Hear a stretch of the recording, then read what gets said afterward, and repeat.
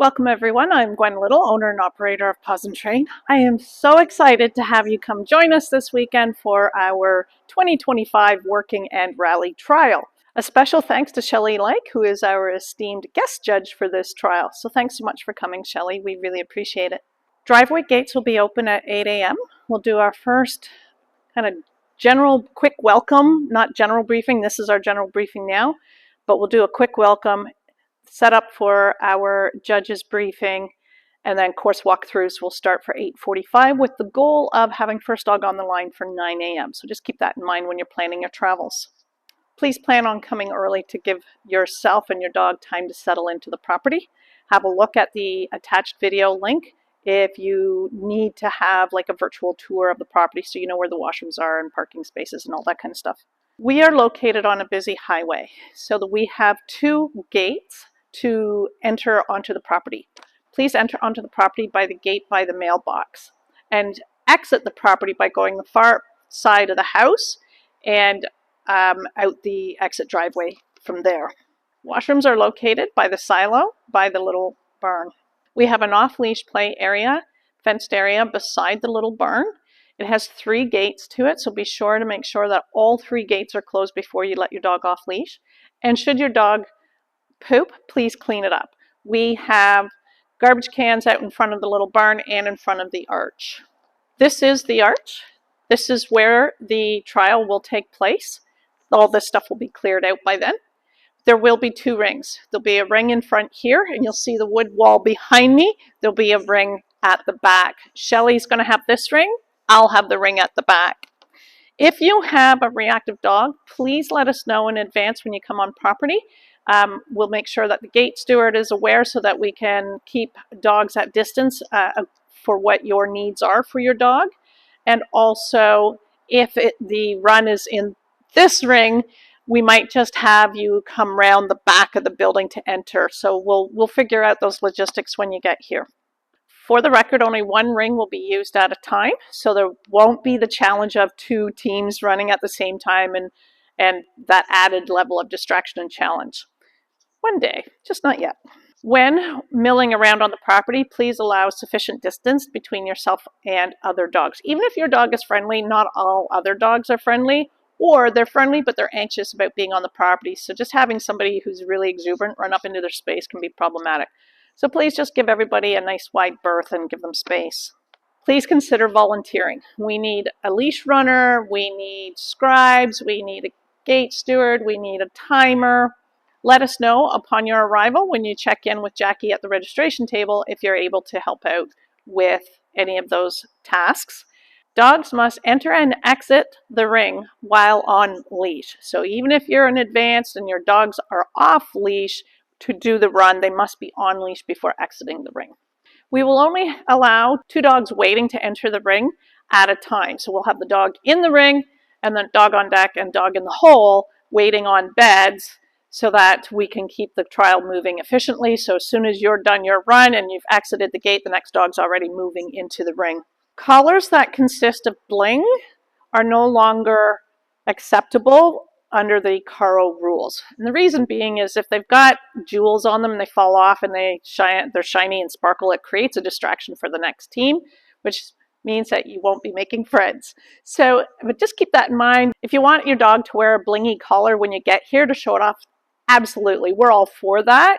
Just when you come to start in the ring, make sure they're wearing a flat buckle collar. So collars can only be flat buckle or snap only. So no martingales, no slip leashes, no gentle leaders, no head collars, no corrective harnesses. If your dog is going to wear a harness, then it has to be the design that is not an anti-pull version, so that you're not using a tool to try and keep your dog close in heel. For off-leash runs, either put your leash in your pocket or try and toss it as close to the exit gate as possible. We'll have a leash runner pick it up and move it to the exit gate for your convenience. When you're exiting the ring, please close the gate behind you so that it's set and ready for the next dog. If you bring fan club, remind them to remain quiet during your run. Because even if they go, oh, at the end of a station. That's information to you to go, oh, I did something wrong, I need to redo it. So that's considered outside interference, which is an automatic NQ. Course maps will be available at the registration desk with Jackie when you check in, so be sure to collect one there.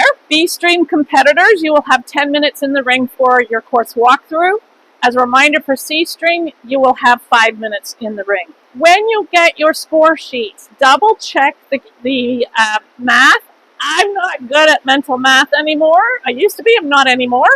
I will have a scribe double check my math, but I do recommend that you double check as well. We need to know if there's a discrepancy before you leave the property, because by the end of trial day, under the CARO rules, then it now becomes the final score. So it's no longer contestable after the trial ends. For the record, if you've got somebody filming your run, judges will not review those filmed runs. It just slows everything down, and we do our best in the moment to score accordingly. If you're going to film other runs, make sure you have the permission of the person whom you are filming before you do so. If you have any questions during the trial, feel free to reach out to myself, to Jackie, who's going to be on the registration desk. The registration desk, for the record, is going to be by the overhead door at the front end of this building, so should be very visible and easy for you to access. Stephanie will be helping out today as well. She's part of our team, so if you have questions, be sure to approach her as well. Thank you to all of our volunteers.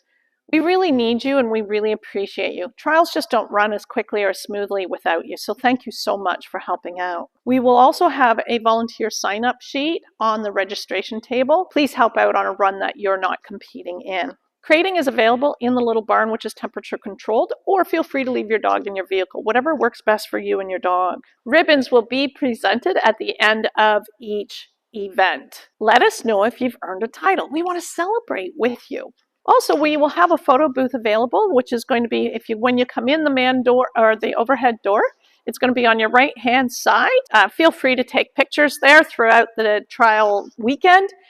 We just ask if you post pictures, could you hashtag Paus-n-Train? It just helps to get the word out that we're doing this, this type of trial so that others can participate in future. Newbies, don't take yourself too seriously. You're gonna be nervous. It's part of the training journey. Part of training our dogs is learning how to mitigate our nerves so that our cues remain clear and our communication is concise with our dogs. When we are clear and concise, they're more than happy to participate. When we get nervous, we get befuddled. Our cues get sloppy. After each run, take a moment and think about what you and your dog did really well, so that you can celebrate that you can say, you know what, my dog happily came in the ring and I was able to set them up at the start side. That is huge for some dogs because they get so anxious here, or just so anxious in a trial. From there, think about what didn't go well, but try not to beat yourself emotionally or mentally about it. Instead, be objective about it and think about how you can break down those skills and build them into your daily training plan so that you and your dog are more resilient for the next trial. We can't wait to see you this weekend. Have fun with you and your dog.